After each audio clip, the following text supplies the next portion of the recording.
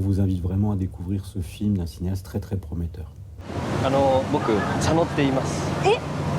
私も佐野です。佐野凪です。はい。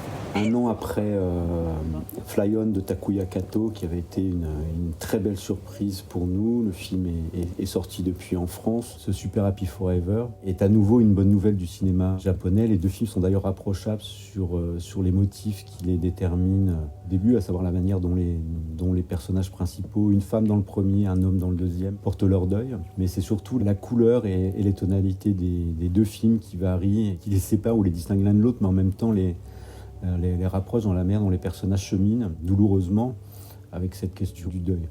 Le film se passe dans une station balnéaire, où le personnage principal revient après y avoir découvert ou rencontré l'amour de sa vie, qui deviendra sa femme, et là retrouve cet espace à la recherche de vestiges de cet amour, comme pour essayer de trouver l'apaisement, ou en l'occurrence peut-être prendre de la distance avec l'événement traumatique qui vient de le frapper. Ce qui surprend, c'est la façon d'en chasser, de manière très subtile et délicate, des strates du passé au présent dans le tissu du film, avant de glisser progressivement des scènes qui relèvent de flashbacks ou d'évocations, qui sont toutes d'une très grande sensibilité dans la manière dont le réalisateur maintient la distance avec ses personnages, tout en nouant, scène après scène, une relation de plus en plus intime et émouvante avec chacun d'entre eux. En tout cas, c'est une des très très belles surprises de l'année écoulée. On vous invite vraiment à découvrir ce film d'un cinéaste très très prometteur.